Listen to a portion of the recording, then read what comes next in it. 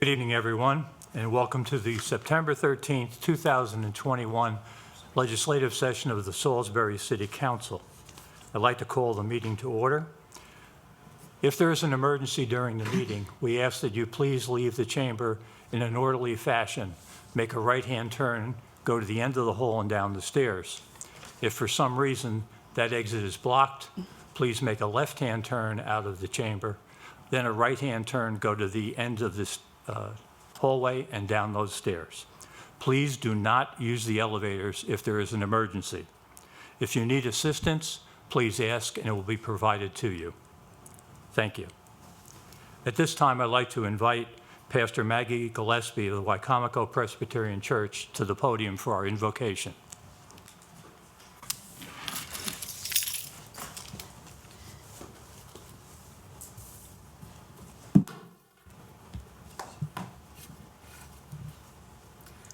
Will you please join me in prayer? Holy God, infinite source of love, mercy, justice, and righteousness, we come here this evening from the busyness and demands of our day to work together for the good of our community. We build on the foundation of decisions that have been made and issues that have been dealt with, and we look at matters that are now before us, decisions we have yet to make. We ask for your wisdom, Holy One. We ask for your strength in helping us to become better, wiser, more compassionate servants of your love. We give you thanks for the gift of this day and all that has been given to us in it, for the gift of life and the abundance that is ours. We give you special thanks today for the joyful music that filled this city these past few days, and particularly for all the volunteers who devoted their time and energy to the collaborative effort of hosting the National Folk Festival. May this festival and other occasions to gather strengthen the ties that bind us together in community. On this evening, as we are gathered, we deal with issues that will be simple and those that may be thorny, raising feelings good and bad. Grant these, our public servants, listening hearts and wisdom to make decisions that will bring the greatest good to this community, to the people they serve. We ask your blessing and guidance through it all. Amen. Amen. Thank you, Pastor, very much.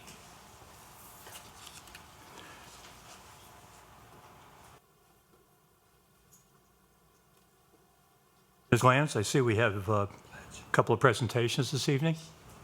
I do, yes. Oh, I'm sorry. Please rise now and join me in the pledge to the flag. I pledge allegiance to the flag of the United States of America and to the republic for which it stands, one nation, under God, indivisible, with liberty and justice for all. Thank you. Now we have some presentations. We do. Good evening. Good evening, Council. I'm excited to be here with you all tonight on behalf of Mayor Day, who so wishes he could be here, to present the Equal Justice Initiative Essay Contest winners. As you all remember, in May of this year, we unveiled the historical marker that was the culmination of the Salisbury Memorial Lynching Task Force work. It was powerful to see the number of people reading and learning about Salisbury's history and the mission of EJI this past weekend at the National Folk Festival. EJI has a number of programs and projects that are instrumental in educating the public about America's legacy of racial terror lynchings. One of the programs you may not know about is the Equal Justice Racial Justice Essay Contest. This program challenges 9th through 12th graders to write essays that reflect on historical events and connects it to present day issues and their lived experiences. And we've got a few folks that I'd like to recognize and offer the opportunity to speak. Joining us from down south is Trey Walk on Zoom, who was in our beautiful city in May. Trey, I'd love to offer you the floor to say a few words. We've got 3 of the 4 essay contest winners in the room. So turn it over to you if you want to unmute. Great. Yeah, thanks for having me, Julia, and thanks, everyone. We are really, really excited to be here. My name is Trey Walk, and I'm a project manager at the Equal Justice Initiative. I've had the great pleasure of working with the coalition there in Salisbury, who have been doing this work to erect the historical marker, host the soil collection ceremonies, and educate people about the history of racial violence in the community, and helping people to begin to move forward and create a community that feels more just and more equal for the people there. And we created this essay contest a few years ago because we wanted to create an opportunity for students to get in on the conversation. And there are lots of different reasons why it's important and why we think it's really special to have students participate. But I think having the students connect the historical events to what's going on in our world today, it's really special to see what they write about. And being grounded in that history helps us understand the problems that we're facing today and the problems that these students are going to go on and help lead us in solving. And so it was really special. I want to say thank you to the students and congratulations, Majeska, Ian, Taja, and Elena. Y'all didn't just take on extra work in the middle of the school year to write these essays and do research and analysis. But you also told the truth in your essays. And that's one of the things we were really impressed by when we were reading them, was just how honest all of you were and how committed to telling the truth you were, even if it's not a comfortable truth, even if the history is sometimes painful. All of y'all students were really willing to be vulnerable and truthful. And that's a really special thing, especially in the world that we live in today. And then the other thing that our team was just really impressed by was we don't just ask you all to think about the history, and we don't just ask you to think about what's going on in the world today. We ask you to offer us some solutions about how we might be able to get to something better. And it was really encouraging to see the ways that y'all did that. So we just want to say congratulations. Y'all are a big source of hope for us. We were really inspired reading your essays. Just keep up the good work, and know that there's a crew of people here in Montgomery, Alabama, who are cheering for you, and we're glad to help in any step of your journey moving forward if we can. And thanks again to the coalition and to the city for making this happen, for doing the outreach, and for getting the students involved. Thank you, Trey. Appreciate you taking the time to join us. I'd also like to recognize the chair of our Human Rights Advisory Committee, Stefan Feliciano, who the Human Rights Advisory Committee made this recommendation to have a memorial, a marker in our core. So thank you to them.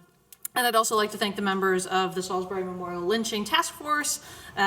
It was a tremendous amount of time that you all put into this, over a year and a half of your work just on this. And I know James and others have been laying the groundwork before then.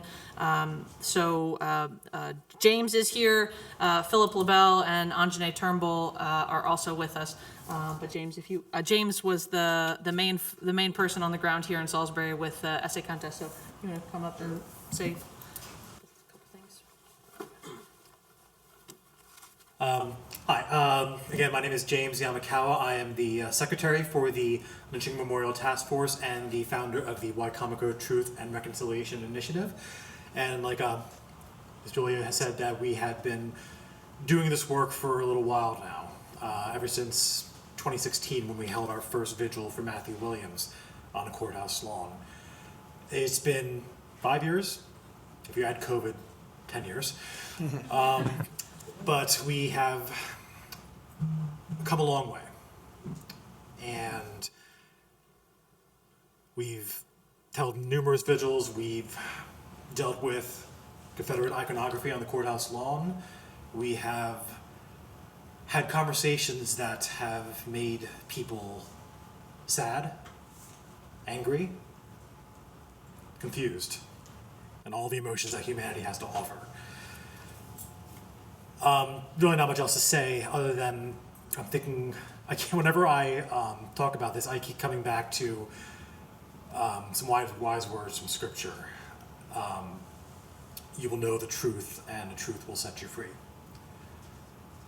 And I think a lot about that when we talk about truth and reconciliation.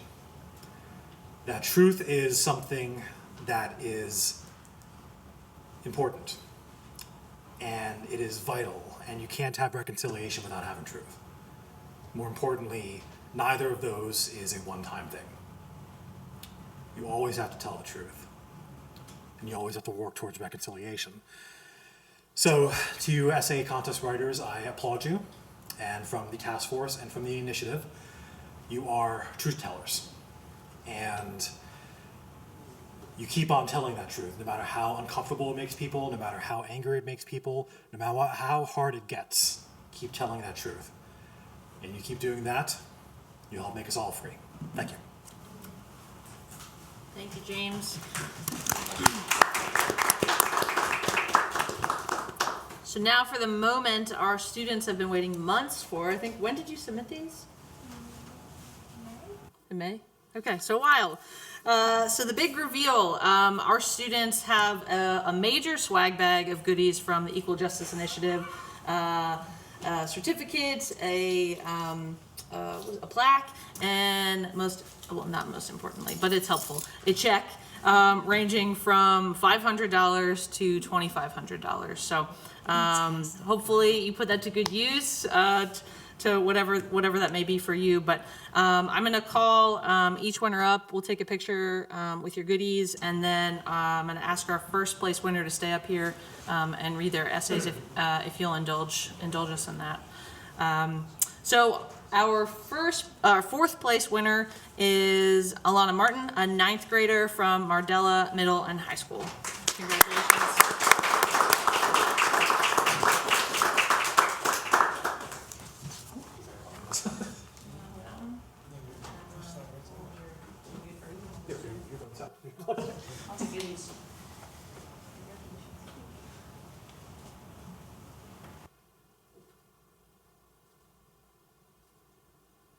Slower than Chris Simone, but we got it. And our third place winner, who is not here, is Tyja Butler, a 10th grader from Wicomico High School. So congratulations to Tyja, and we'll make sure she gets her goodies as well. Second place is Ian Highland, a 10th grader from Parkside High School. Come on up.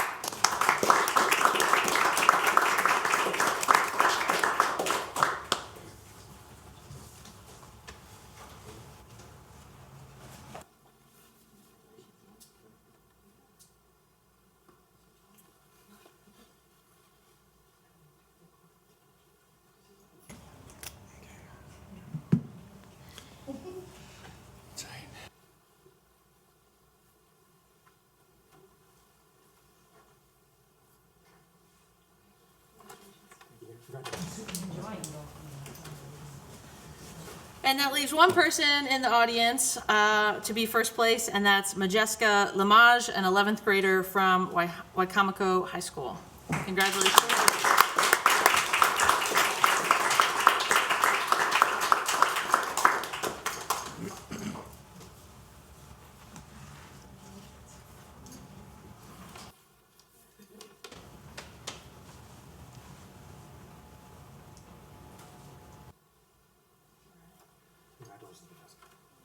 So it's practice of EJI as they dedicate the memorial that they have the first place winner read their contest. So Majeska, you can't go too far. If you'll come up, are you comfortable reading your essay for us? Somewhat comfortable reading your essay for us?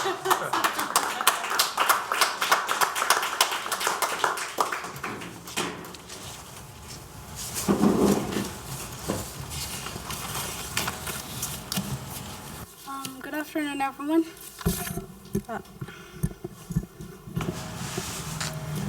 Good afternoon, everyone. I'm Haitian and my English is kind of not that good, so I'm sorry if you don't really understand what I'm talking, but I'm gonna read my essay. Okay. It's called A Superficial Equality. America nowadays and their society is a product of a complex past history imbued with a sharp load of injustice towards black people since the arrival of the first slave in 1619 up to the present time. The Atlantic slave trade has begun this era where Africans brought to America will be seen and treated in a horrendous manner. Black people became the reject of society, and a myth of white supremacy got inculcated into people's minds. To enhance negrophobia and justify the unhuman treatments toward slaves, it was even attempted to prove scientifically that black people were inferior to white people. After hundreds of years of legal brutality, the 13th Amendment eventually abolished slavery, but the deep-rooted public perception of black inferiority remained. Consequently, other means to downgrade African Americans were used.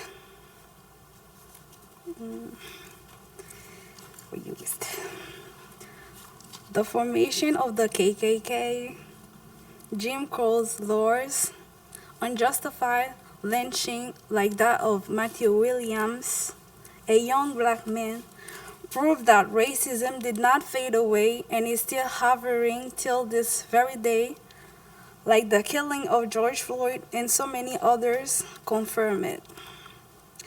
But the time has come where profound changes should replace the superficial pretensions of racial equality.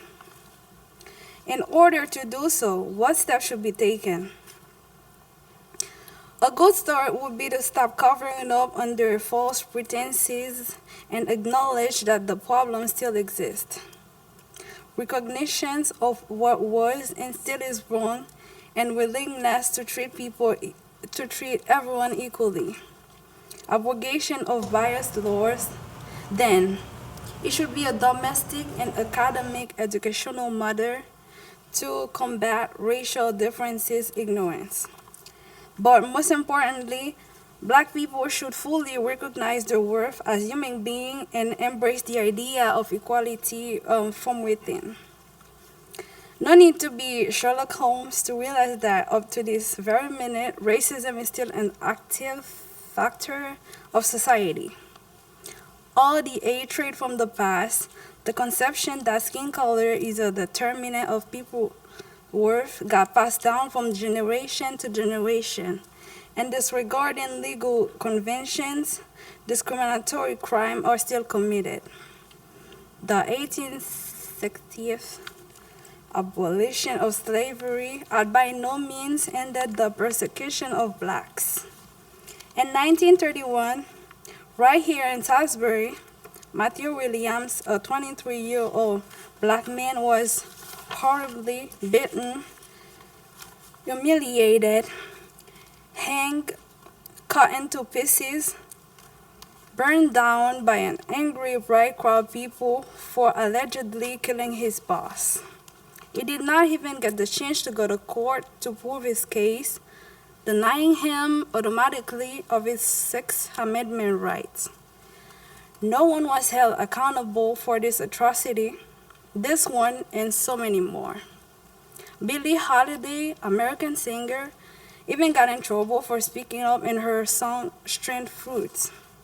It is still living history for your skin color to determine how worthy your life is. The most famous recent case of wrongful death based on racism is the killing of George Floyd, a black man murdered last year in cold blood by a police officer. I can't breathe. This sentence was for me a source of nightmare for weeks.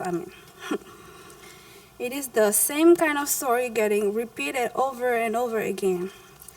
Racism did not end with slavery, and will never really stop until we take drastic actions towards tangible changes. The question of white supremacy has been so deeply rooted in the minds of some that a mental baptism would be required to save them from this type of ignorance. As article stated in To Kill a Mockingbird, as you grow older, you'll see white men cheat black men every day of your life. But let me tell you something, and don't you forget it. Whenever a white man does that to a black man, no matter who he is, how rich he is, or how fine a family he comes from, that white man is trash. Scientists like Josiah C. Knott, Samuel George Morton are trying to legitimate slavery with their phrenological theories. This kind of assertion has installed a kind of self-depreciation in the Black community. It has been hundreds of years since slavery was abolished, but the scar left by the whips, the weight of the insults, the humiliation, the coldness of the sufferings endured, have not lost any scale, especially because of the fact that injustices against Black never really ended. While the healing process is still in progress, they keep putting salt on the wound as evidenced by the death of these all young Black through the years until today. It is time to stop pretending that racial discrimination is old history and take real action to make everlasting changes. An education plan should be set up to teach young white and Black acceptance and tolerance beyond the boundaries of differences. The goal is to see it a normality for any person to be president, vice president, not a victory. Law against discrimination should be more than just words on paper and should push equality between people a step further. America's society has come a long way to get to this point today where the notion of equality superficially seems to be a thing. But if slogans like Black Lives Matter are still needed to defend the Black community right to live, that proves that so much more needs to be done. Like the ancient colonists used to martyrize slaves, like this mad crowd that extinguished Matthew Williams' life with impunity, today's police brutality, particularly oriented towards Black, is a kind of intimidation that fuels the concept of Black inferiority. Enough is enough. It is time for all people to be seen as human. It is time to make our differences a source of strength, not a curse. A great quote from Harper Lee's book would be excellent in application. You never really understand a person until you consider things from his point of view, until you climb into his skin and walk around in it.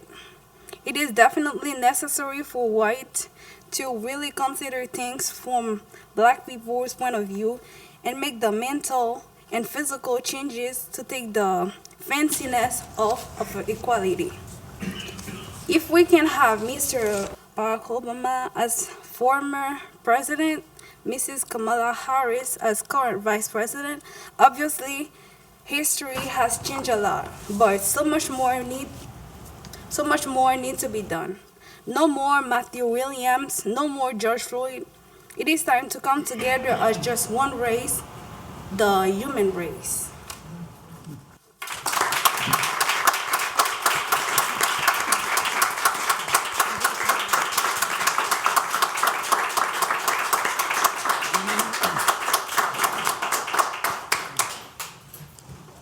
Thank you, Majeska, and I know it's not easy for anybody to come up here and read in front of a crowd of strangers, no less as English as a second language, so you're a rock star. Congratulations. Congratulations to everybody. Absolutely.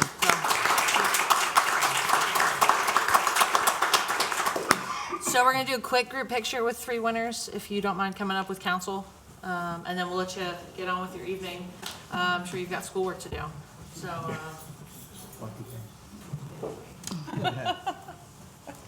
Is that working, Nate? Yep.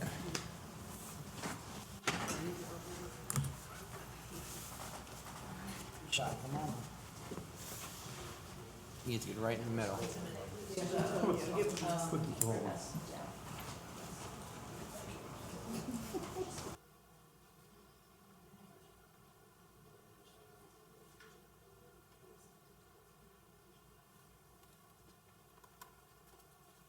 Thirds, Nate, rule of thirds. Make sure the eyeballs are at the top third line of the picture.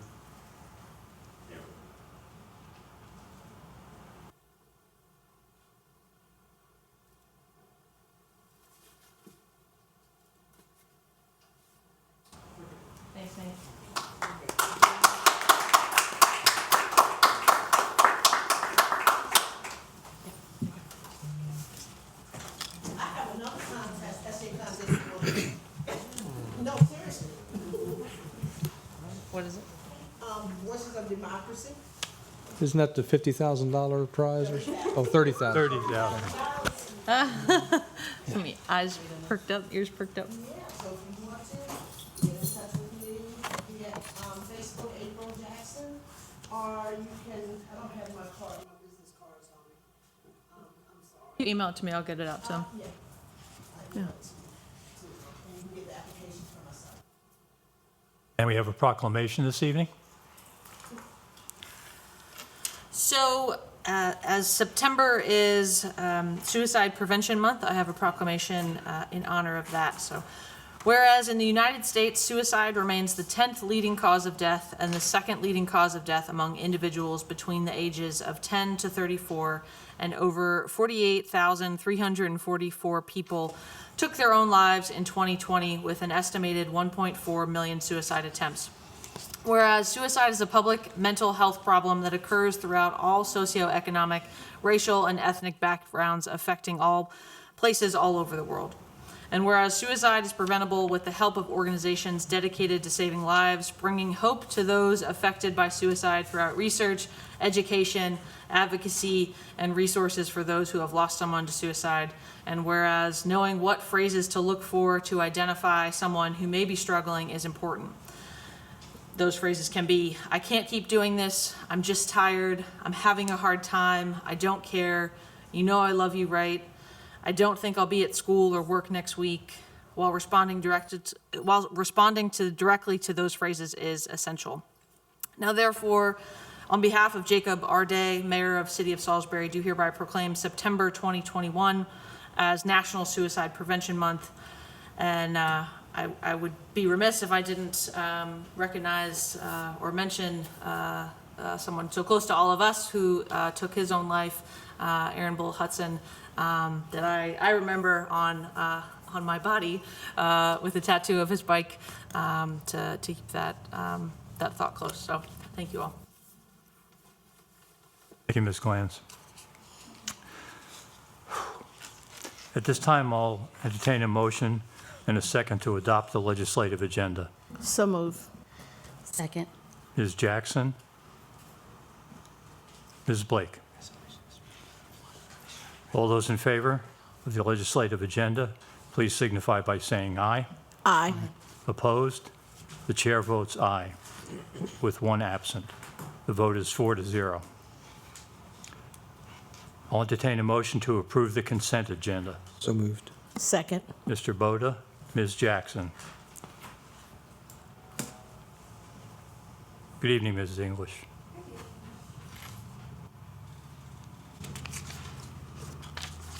Good evening, everyone. Good evening. On our consent agenda this evening, we have several things. First are some minutes. We have the August 2nd, 2021 work session minutes, August 9th, 2021 legislative session minutes, August 9th, 2021 closed session minutes, August 16th, 2021 work session minutes, August 23rd, 2021 legislative session minutes, and then we have a few resolutions. Resolution number 3120 to approve the appointment of Cody Drinkwater to the Human Rights Advisory Committee for term ending September of 2024. Resolution number 3121 to approve the appointment of Kevin M. Utz to the Board of Zoning Appeals for term ending August 2024. Resolution number 3122 to approve the appointment of Matthias Pieplak to the Sustainability Advisory Committee for term ending September 2024.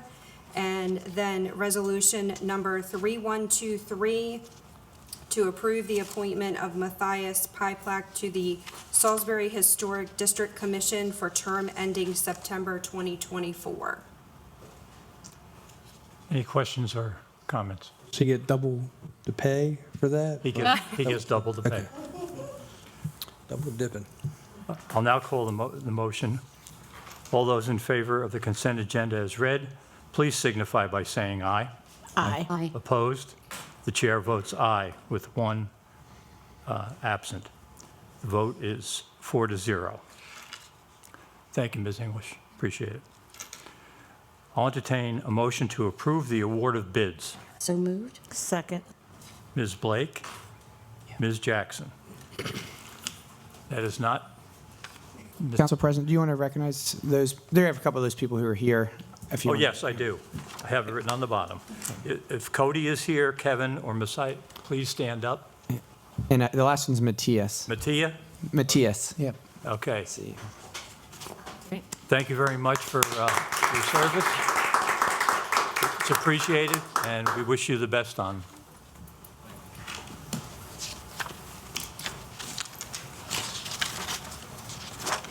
Mr. Lowe is here this evening, and Mr. Heath, members of the council, I have three items on award of bids and one declaration of surplus. The Department of Procurement received requests from the Department of Finance, the Department of Waterworks, and the Department of Infrastructure and Development to solicit bids for various procurements. The city followed required bidding practices by publicly posting the solicitations on the City of Salisbury's procurement portal and the State of Maryland's procurement website, eMaryland Marketplace Advantage. The departmental memos provide further details. The first item in the packet is invitation to bid A-22-102. This is the citywide street resurfacing program. The scope of work provides labor, equipment, and materials necessary to perform roadway asphalt milling and paving, patching, striping, and some subgrade repair as required by the City of Salisbury. The bid was released June 30th, 2021. We opened bids August 4th, 2021 at 2:30. Total of 6 bids were received. The lowest responsible and responsive bidder recommended for award is Chesapeake Paving and Sealing out of Salisbury, Maryland. The estimated annual spend base bid amount for this contract is $1,042,000, and funds are available in the GI account noted in the packet. This is an indefinite delivery, indefinite quantity style contract, where individual work orders are placed as needed. The initial term is 1 year, and it has an option for 2 one-year possible renewals. The second item in the awarded bids packet is request for proposals A-22-102. This is the master lease agreement, capital leases for the City of Salisbury. This scope of work establishes a master lease financing program for a flexible tax-exempt lease purchase financing, which allows the city to contract for the acquisition of capital equipment, items, furnishings, or systems by financing the equipment acquisition through a lessor. We released the request for proposals on June 17th, 2021, and opened proposals on July 28th at 2:30. We had a total of 2 proposals that we received, and the highest ranked vendor was Bank Funding, LLC. They're out of Boyd's, Maryland. And the scheduled capital lease amounts and the items are in the packet here. And this particular agreement also has renewals. It has a 1-year term and then 2 optional 1-year renewals with the bank. And the third item up for bid, awarded bids tonight, was contract invitation to bid A-22-101. This is called Pump Station Wet Well Cleaning for Department of Waterworks. The scope of work is quarterly, annual, and as-needed cleanings of north side and south side wastewater pump station wet wells, along with some of the smaller pump station wet wells that are scattered throughout the city. The bid was released on June 4th, 2021. We opened bids on July 7th, 2021 at 2:30. Got a total of 2 bids received, with the lowest responsible and responsive bidder being a company called B&P Environmental One out of Crofton, Maryland. Estimated annual cost is roughly $40,000 to $45,000. It varies based on the number of quarterly cleanings performed, and also will vary on some of the wet tonnage they have to haul away. And funds are available in the GL account noted in the packet. This is a term contract with a 1-year term and 2 optional 1-year renewals. And the Department of Procurement hereby requests council's approval to award these contracts to the vendors as indicated. One question I have, is this a new process that we're doing? Because since I don't remember approving this before in any way. The cleaning, About the memos? about the cleaning. The master. No, we've done pump station wet wells. It's been an annual since I've been here, because of the dollar amount that's We've done a spent on couple. it. We do north side and south side, I think a full cleaning once a year, and then they do skimmings. I call them quarterly, but it's really every 4 months, and then they do a 1-year cleaning. Okay. Any other questions on the 3 items? Okay. And you have a surplus item? Yeah, the item for surplus this evening, the Department of Procurement received a request from Salisbury Police Department to declare vehicle number 1475 as surplus. The vehicle was involved in an accident, declared totaled by the city's insurer, Legit, LGIT. Vehicle identification information is on the attached departmental memos. Upon declaration of surplus as approved by council, the city will turn the vehicle over to Legit for disbursement of the payment. Thank you. Any questions? Then I'll call the motion. All those in favor of the award of bids, please signify by saying aye. Aye. Opposed? The chair votes aye, with 1 absent. The vote is 4-0 for the award of bids. Thank you, Mr. Lowe. I'll entertain a motion to approve ordinance number 2676 for the second reading. So move. Second. Ms. Jackson? I think I heard Ms. Blake. Yes. You did. Okay. See, I'm getting better. All right. Good evening, Mr. Sullivan. Good evening, Mr. President, members of the council. With respect to ordinance number 2676, a number of changes were made to the ordinance that was originally approved by council on first reader.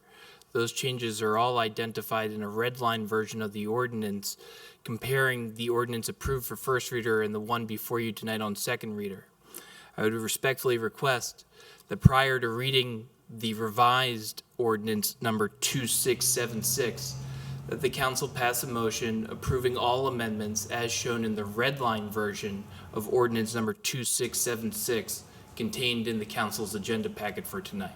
I think the process has to be, correct me if I'm wrong, Ms. English, I think the process has to be we make a motion to approve it, and then we'll make a motion to amend. Excellent. Okay. In that case, So I'll begin. Okay. Ordinance number 2676, an ordinance of the City of Salisbury to amend Chapter 5.28 of the Salisbury City Code entitled Fortune Telling by deleting Chapter 5.28 in its entirety and replacing it with a new Chapter 5.28. Whereas the ongoing application, administration, and enforcement of the City of Salisbury Municipal Code demonstrates the need for periodic review, evaluation, and amendment. Whereas the City of Salisbury desires to amend Chapter 5.28 to update the requirements and process by which fortune telling is permitted. Now therefore be it enacted and ordained by the Council of the City of Salisbury, Maryland as follows. Section 1, Chapter 5.28 of the Salisbury City Code entitled Fortune Telling, be and is hereby repealed in its entirety and is replaced with the bolded and underlined language as follows. Chapter 5.28 Fortune Telling. Section 5.28.010 Definitions. For the purpose of this chapter, the following terms shall have the meanings indicated. Fortune telling means the telling of fortunes, forecasting of futures, or reading the past by means of any occult, psychic power, faculty, force, clairvoyance, cartomancy, psychometry, phrenology, spirits, tea leaves, tarot cards, searing, coins, sticks, dice, sand, coffee grounds, crystal gazing, or such other reading, or through mediumship, seership, prophecy, augury, astrology, palmistry, necromancy, mind reading, telepathy, or other craft, art, science, talisman, charm, potion, magnetism, magnetized article or substance, or by any such similar thing or act for pay or compensation. Section 5.28.020, license required. Any person desiring to operate or conduct a fortune-telling business within the corporate limits of the city shall be required to first obtain a license under this chapter from the Department of Business Development. One license issued under this chapter will be required in the case of a corporation, firm, partnership, or association, which shall hold the person who procures the license responsible for all of the corporations, firms, partnerships, or associations' agents engaging in the business of fortune-telling. Section 5.28.030, application for license, contents, filing. An application for a fortune-telling license pursuant to this chapter shall be made in writing and signed on a form supplied by the Department of Business Development. The application for a fortune-telling license shall be filed with the Business Development Director. The application of a fortune-telling license under this chapter shall require the following information be provided: the name, local and permanent address, telephone number, age, weight, height, and color of hair and eyes of the person to be licensed under this chapter. The address of the location at which the applicant will operate or conduct the fortune-telling business. A statement that the applicant shall agree to conform to the provisions of this chapter and other ordinances of the city and other applicable rules and regulations adopted by the city from time to time governing fortune-telling. Permit such examinations and inspections as may be deemed necessary by the Business Development Director, and the revocation of the fortune-telling license issued under this chapter at any time for failure to comply with the provisions of this chapter and other ordinances of the city and other applicable rules and regulations adopted by the city from time to time governing fortune-telling. Section 5.28.040, investigation, issuance of fortune-telling license, determination of threat to health, safety, and welfare. Upon receipt of an application filed under Section 5.28.030, the Business Development Director shall contact the city police and fire departments, and may contact any other agency of the city government as he or she deems necessary in connection with any investigation under this chapter. Unless after investigation of the applicant under Section 5.28.04A, the Business Development Director finds that the person making the application for a fortune-telling license has not complied with this chapter, or the Business Development Director, Chief of Police, or Chief of the Fire Department determines that the person being licensed under this chapter may be a threat to the health, safety, and welfare of the citizens of the city, the Business Development Director shall issue a fortune-telling license to the applicant. No fortune-telling license shall be issued to any holder of a license previously issued under this chapter within 1 year of a revocation of such previous license.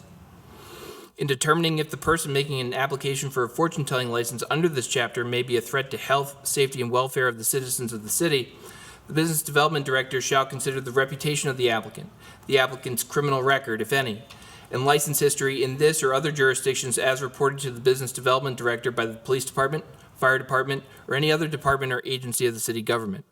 In reaching a decision on whether an applicant for a fortune-telling license under this chapter may be a threat to health, safety, and welfare of the citizens of the city, emphasis shall be given to convictions of the applicant for crimes of violence, sex offenses, violations of the gaming, narcotic, and alcoholic beverage laws, and/or fraud. An applicant for a fortune-telling license under this chapter shall submit proof of an inspection of the premises at which the applicant will conduct fortune-telling, and approval thereof by the city fire marshal showing compliance with the city's fire prevention code prior to the issuance of the license under this chapter. Section 5.28.050, fee for application. A non-refundable license fee of $100 shall be paid to the Business Development Director when an application for a new license or renewal of a license is filed under this chapter. Section 5.28.060, recording of license issued. The Business Development Director shall keep a permanent record of all fortune-telling license issued under this chapter. Section 5.28.070, information required on license.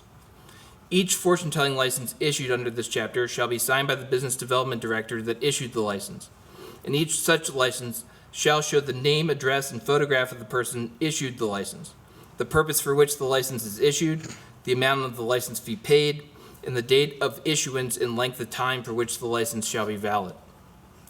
Section 5.28.080, expiration of license, renewal of license. A fortune-telling license issued under this chapter shall expire 1 year from the date the license is issued.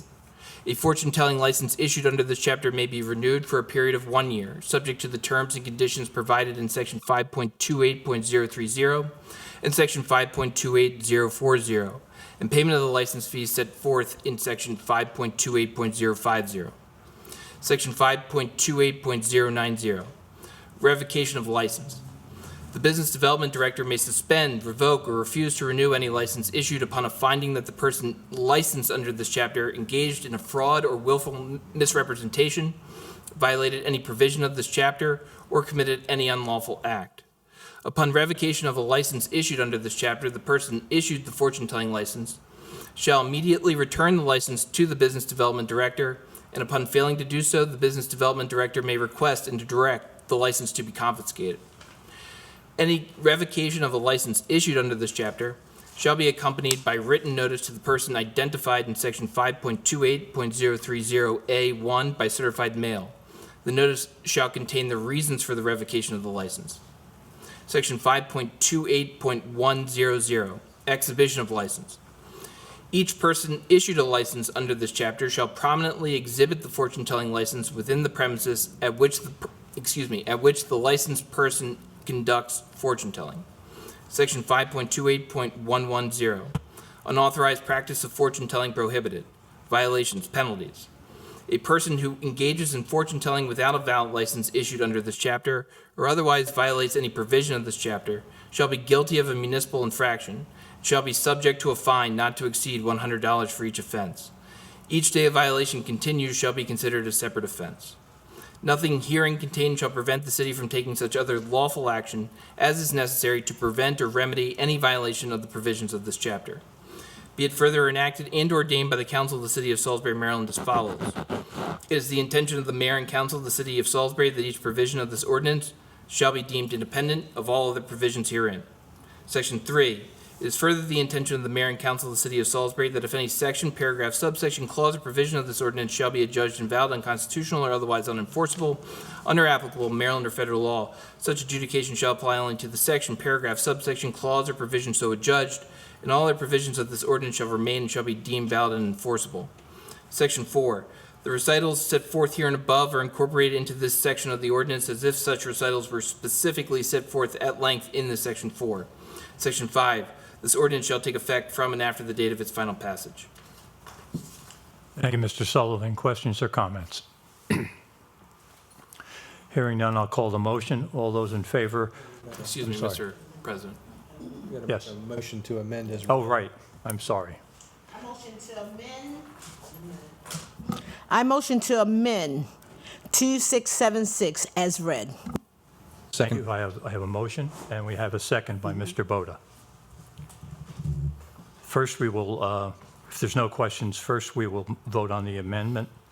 All those in favor of amending the document as read, please signify by saying aye.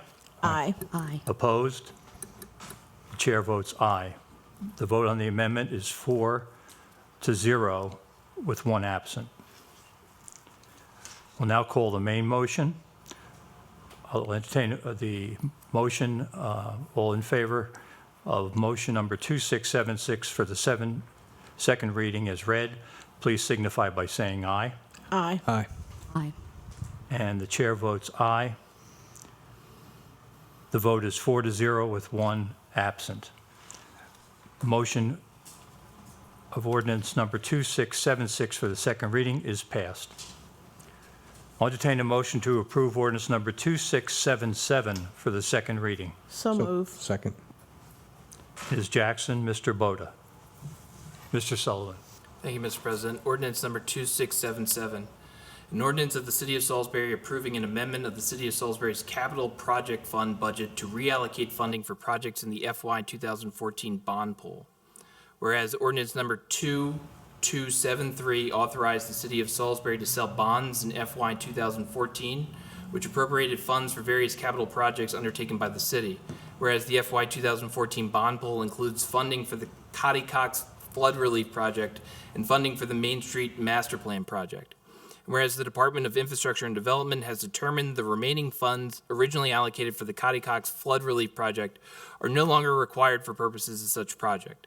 Whereas City DID has requested that, 1, the remaining funds originally allocated for the Cotty Cox Flood Relief Project, and 2, in addition thereto, the interest remaining in the FY 2014 bond pool, 3, be reallocated to the Main Street Master Plan Project for the purpose of funding certain costs associated with the completion of such capital project. Now therefore be it enacted and ordained by the Council of the City of Salisbury, Maryland as follows. Section 1, the City of Salisbury's Capital Projects Fund Budget be and is hereby amended as follows. Project description, Cotty Cox Flood Relief, account description, bond proceeds, account number. In lieu of me doing this, there is a table set forth in Ordinance number 2677 that identifies specifically the changes that are proposed for the City of Salisbury's Capital Projects Fund budget, which are the subject of this budget amendment.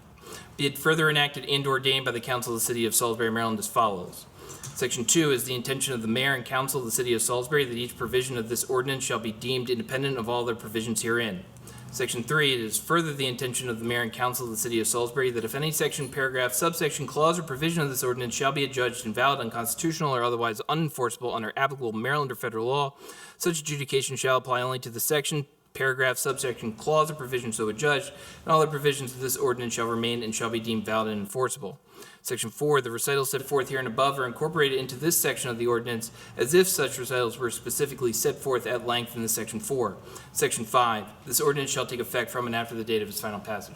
Thank you, Mr. President. Thank you, Mr. Sullivan. Questions or comments? Hearing none, I'll call the motion. All those in favor of ordinance number 2677 for the second reading, please signify by saying aye. Aye. Opposed? The chair votes aye.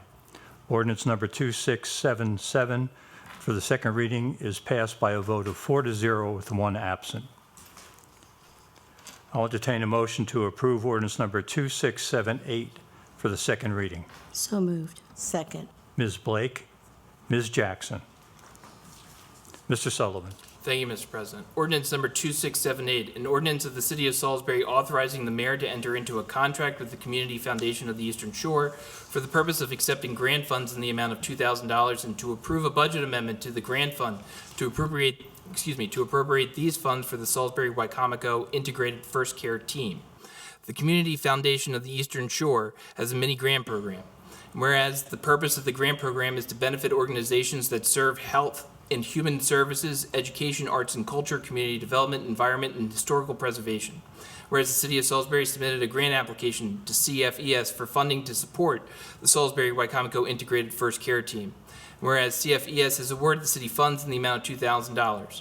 Whereas the City of Salisbury must enter into a grant agreement with CFES defining how these funds must be expended.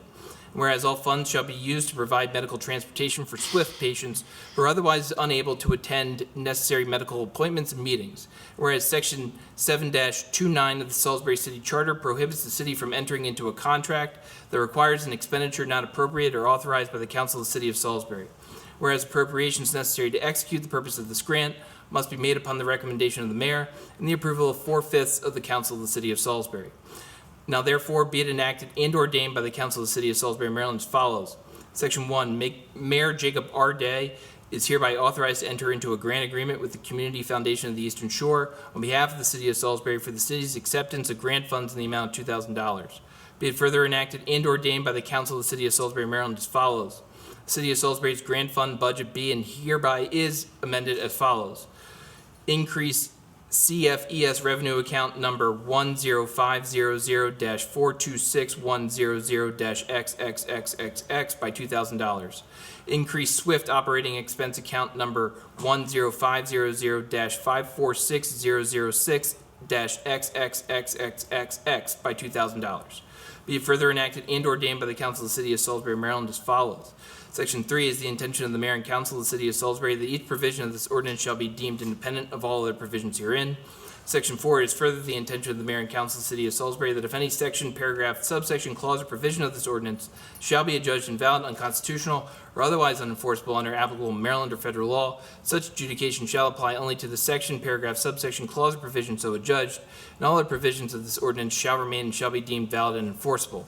Section 5, the recitals set forth here and above are incorporated into this section of the ordinance as if such recitals were specifically set forth at length in this Section 5. Section 6, this ordinance shall take effect from and after the date of its final passage. Thank you, Mr. President. Thank you, Mr. Sullivan. Questions or comments?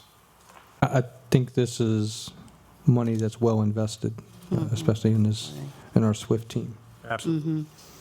Absolutely. Thank you. I'll now call the motion. All those in favor of ordinance number 2678 for the second reading, please signify by saying aye.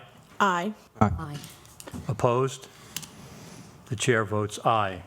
Ordinance number 2678 is approved by a vote of 4-0 with one absent. I'll entertain a motion to approve ordinance number 2679 for the second reading. So moved. Second. Mr. Boda, Ms. Jackson. Mr. Sullivan. Thank you, Mr. President. An ordinance of the City of Salisbury authorizing the mayor to enter into a contract with the Community Foundation of the Eastern Shore for the purpose of accepting grant funds in the amount of $2,000 and to approve a budget amendment to the grant fund to appropriate these funds for the printing publication of a book of poems written by local poets. Whereas the Community Foundation of the Eastern Shore has the Albert J. Bailey Wycomico County Fund Grant Program, and whereas the purpose of the grant program is to provide funding for projects that represent and serve the residents of Wycomico County, Maryland, whereas the City of Salisbury and the Poet Laureate of Salisbury submitted a grant application to CFES for funding to support the publication of Written on the Wycomico, an anthology of poems written by Wycomico County poets. And whereas the CFES has awarded the city funds in the amount of $2,000, whereas the City of Salisbury must enter into a grant agreement with CFES defining how these funds must be expended. And whereas all funds shall be used for the publication, printing of the written, all funds shall be used for the publication, printing of the written on the Wycomico poetry book. Whereas Section 7-29 of the Salisbury City Charter prohibits the city from entering into a contract that requires an expenditure not appropriated or authorized by the Council of the City of Salisbury. Whereas appropriations necessary to execute the purpose of this grant must be made upon the recommendation of the mayor and the approval of 4/5 of the Council of the City of Salisbury. Now therefore be it enacted and ordained by the Council of the City of Salisbury, Maryland as follows. Section 1, Mayor Jacob Bardet is hereby authorized to enter into a grant agreement with the Community Foundation of the Eastern Shore on behalf of the City of Salisbury for the city's acceptance of grant funds in the amount of $2,000. Be it further enacted and ordained by the Council of the City of Salisbury, Maryland as follows. Section 2, the City of Salisbury's grant fund budget be and hereby is amended as follows. Increase CFES revenue account number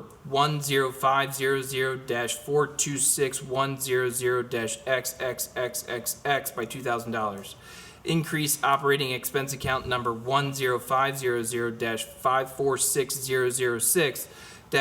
10500-546006-XXXXX by $2,000. Be it further enacted and ordained by the Council of the City of Salisbury, Maryland as follows. Section 3 is the intention of the mayor and council of the City of Salisbury that each provision of this ordinance shall be deemed independent of all other provisions herein. Section 4 is further the intention of the mayor and council of the City of Salisbury that if any section, paragraph, subsection, clause, or provision of this ordinance shall be adjudged invalid, unconstitutional, or otherwise unenforceable under applicable Maryland or federal law, such adjudication shall apply only to the section, paragraph, subsection, clause, or provision so adjudged, and all other provisions of this ordinance shall remain and shall be deemed valid and enforceable. Section 5, the recitals set forth here and above are incorporated into this section of the ordinance as if such recitals were specifically set forth at length in this Section 5. Section 6, this ordinance shall take effect from and after the date of its final passage. Thank you, Mr. President. Thank you, Mr. Sullivan. Questions or comments? So you'll be a published author once this is Yes. going through. I knew you were going to do that. I don't think my little post the other night was going to make the cut. Oh, I'll so- make sure it's there. Sitting here now writing mine about the mural. Good, good. All right, if that's all we're going to talk about, I'll call the motion. All those in favor of ordinance number 2679, please signify by saying aye. Aye. Opposed? The chair votes aye. Motion number 2679 is approved by a vote of 4-0 with one absent. I'll entertain a motion to approve ordinance number 2680 for the second reading. So move. Second. Ms. Jackson, Ms. Blake. Mr. Sullivan. Thank you, Mr. President. Ordinance number 2680, an ordinance of the City of Salisbury, Maryland to eliminate parking meters on Broad Street. Whereas the City of Salisbury desires to remove unnecessary and outdated parking meters in low-traffic areas. Whereas the Salisbury Charter, Section 11-2, gives the city charge of all public ways in the city. And whereas removal of parking meters will not impact the normal revenue intake from parking payments. Whereas parking on Broad Street is still encouraged in order to bring businesses revenue in the area.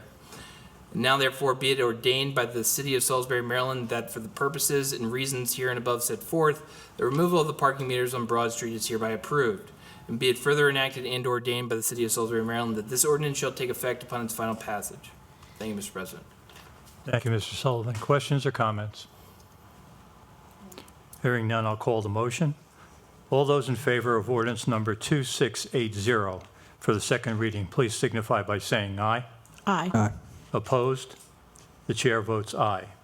The vote is on ordinance number 2680 is passed by a vote of 4-0 with one absent. I'll entertain a motion to approve ordinance number 2681 for the first reading. Thank you, Mr. President. So moved. I need a motion first. Ms. Jackson? Second. Mr. Boda? Mr. Sullivan? My apologies. I was No problem. too excited. An ordinance of this.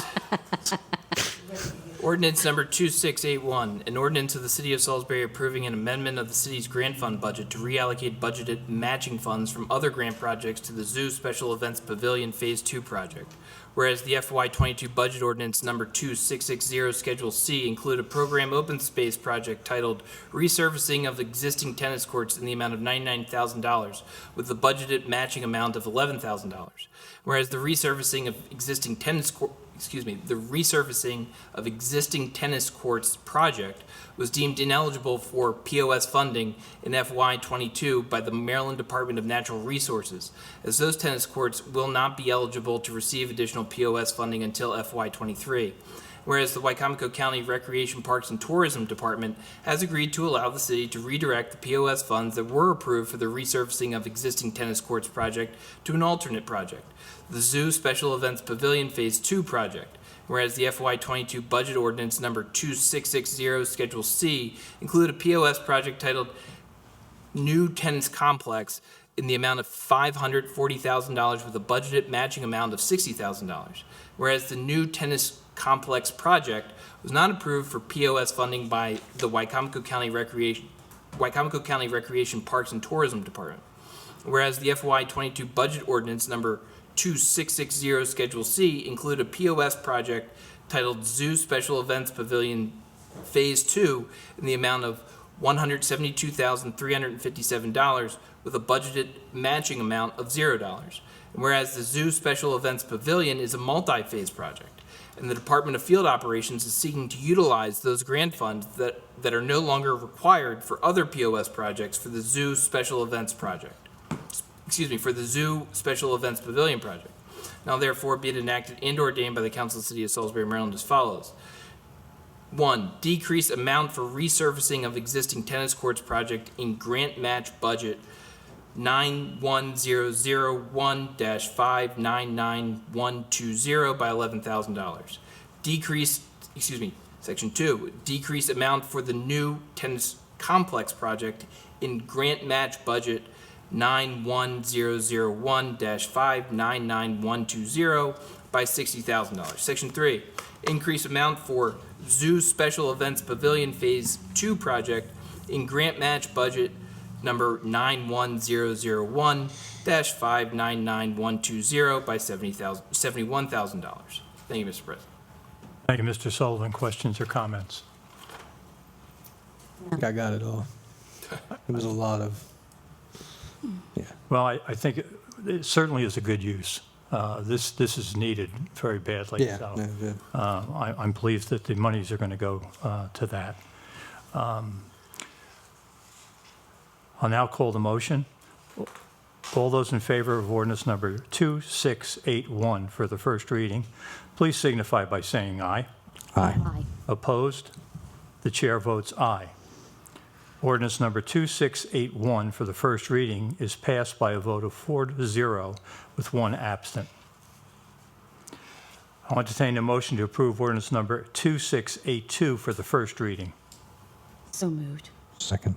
Ms. Blake, Mr. Boda, Mr. Sullivan. Thank you, Mr. President. Ordinance number 2682, an ordinance of the City of Salisbury approving an amendment of the city's general capital project fund budget to reallocate funding for the Zoo Administrative Office Space Project. Whereas the FY 2020 budget ordinance number 2539 appropriated $100,000 for the Zoo Administrative Project. And whereas the Infrastructure and Development Department estimates an additional $64,000 is required for the project. Whereas interest on bond proceeds in the same bond pool are available to cover the additional funds required. And whereas the Department of Field Operations is seeking to move unused interest to the Zoo Administrative Office Space Project. Now therefore be it ordained by the City Council of the City of Salisbury, Maryland, that the city's capital projects fund budget be and hereby is amended as follows. Section 1, increase the interest revenue, account number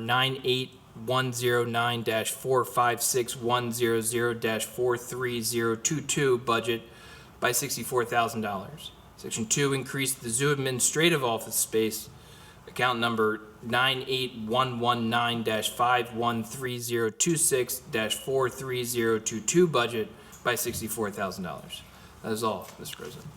Thank you, Mr. Sullivan. Questions or comments? Again, I think This much needed. project is really needed. I actually was in the office and my foot went through the floor. Oh, Yep. So I'm glad to see this is happening because it's drastically needed, and our people deserve it, for sure. If there's no other questions or comments, I'll call the motion. All those in favor of ordinance number 2682 for the first reading. All those in favor, please signify by saying aye. Aye. All opposed? Chair votes aye. Ordinance number 2682 for the first reading is approved by a vote of 4-0 with one absent. That concludes our agenda for this evening, and I'll open the floor now for public comments regarding anything that is related to this agenda. Mr. President. Hi, I have a question. My name is Stefan Feliciano. Yes. Thank you for allowing me to ask the question. For the ordinance number 2676, it indicates that the application should list the address of the location at which the applicant will operate or conduct the fortune-telling business. Yes. Are they limited to that location, or can they go outside that location to practice or provide that service? I believe that the license applies to the person, correct, Mr. Sullivan? That's perfectly phrased, Mr. President. So they may, I mean, it's no different than a photographer who Right. goes somewhere in town to take pictures yeah, it's not to the premises, it's to the to individual. the business. Okay, Okay, thank you. you're welcome. Any other public comments? All right, we're ready for administration comments? Yes, Mr. President, just a few things. Obviously, want to start by thanking everybody involved in the National Folk Festival, our police officers, firefighters, field operations, all of our volunteers.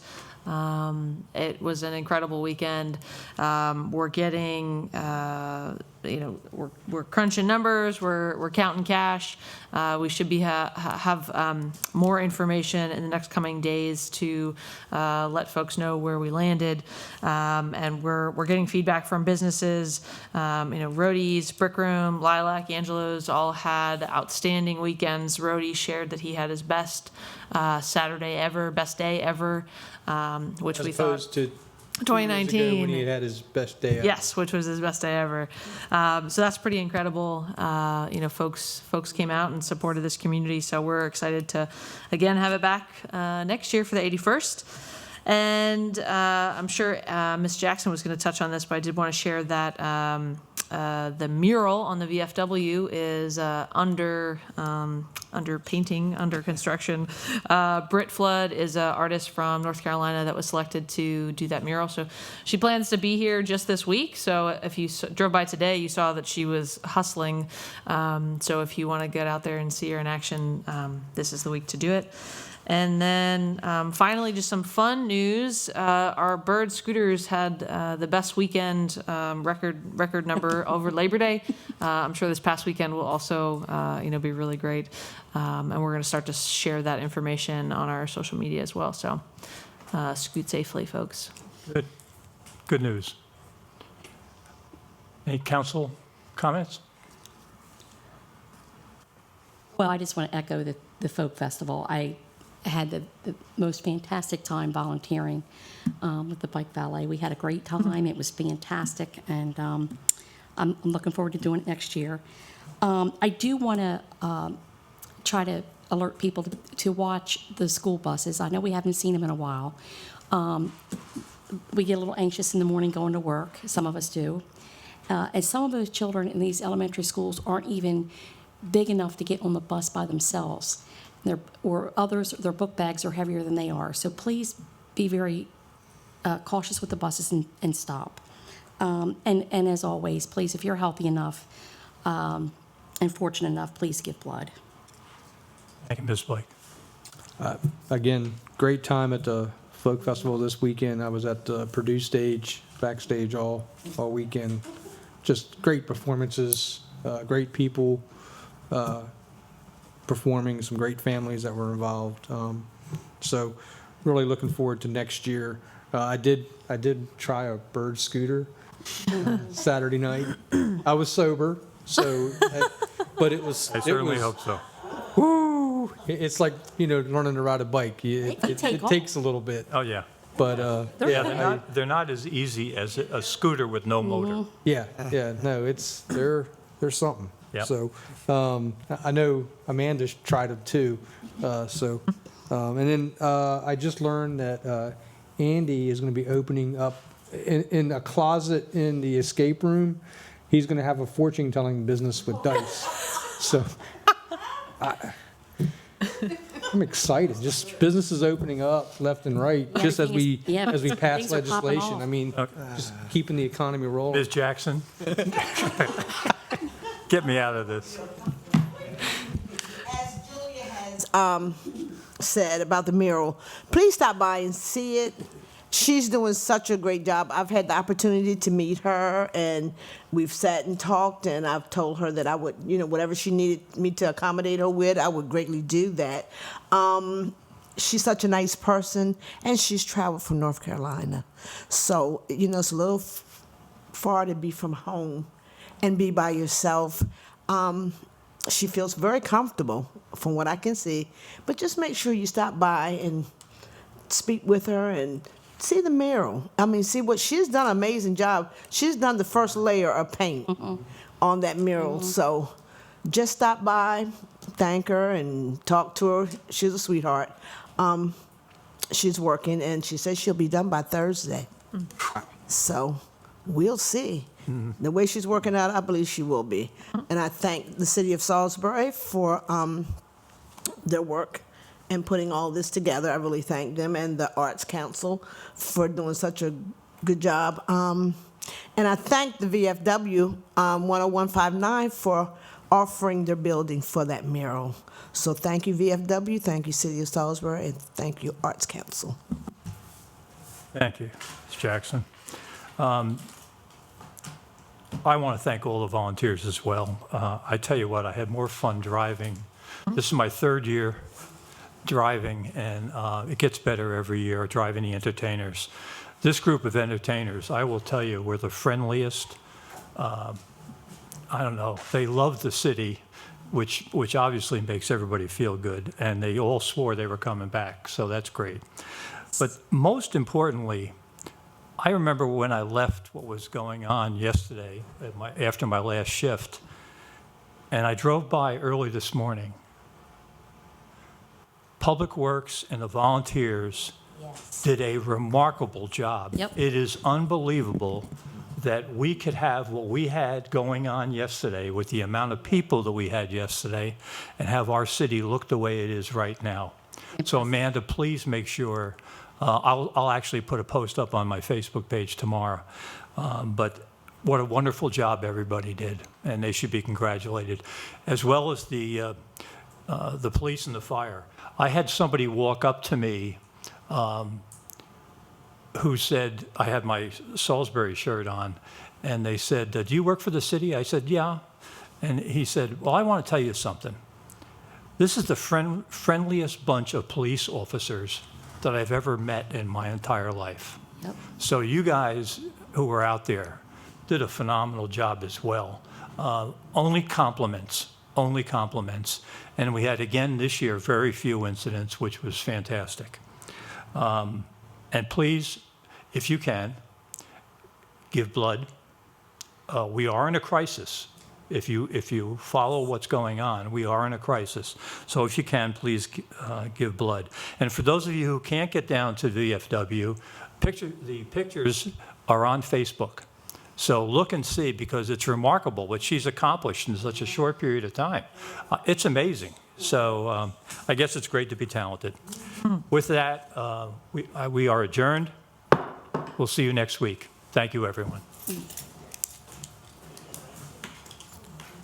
Great.